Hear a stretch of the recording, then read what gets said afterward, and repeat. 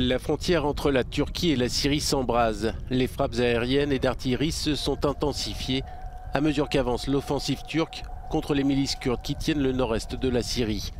Et où Ankara dit vouloir créer une zone de sécurité pour le retour des réfugiés syriens dans leur patrie. La communauté internationale s'inquiète et les alliés de l'OTAN sont intervenus vendredi auprès du président Erdogan.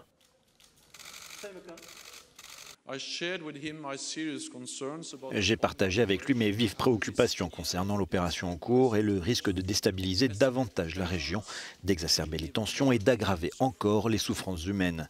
Bien que la Turquie ait des préoccupations légitimes en matière de sécurité, j'attends de la Turquie qu'elle agisse avec retenue. Mais loin de freiner son offensive, la Turquie invite-t-elle ses alliés à la soutenir. Dire « nous comprenons les inquiétudes légitimes de la Turquie pour sa sécurité », ce n'est pas suffisant. Nous voulons voir de la solidarité. Face aux critiques, Recep Tayyip Erdogan a même menacé l'Europe d'ouvrir les frontières aux milliers de réfugiés syriens présents sur le sol turc. Une attaque très peu appréciée du côté de Bruxelles, alors que l'accord turco-européen sur l'accueil des réfugiés est particulièrement fragile.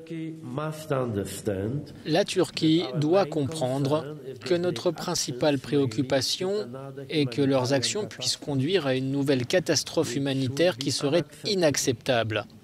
Nous n'accepterons jamais que les réfugiés soient utilisés comme armes et pour nous faire chanter. C'est pour cela que je considère les menaces du président Erdogan comme absolument hors de propos.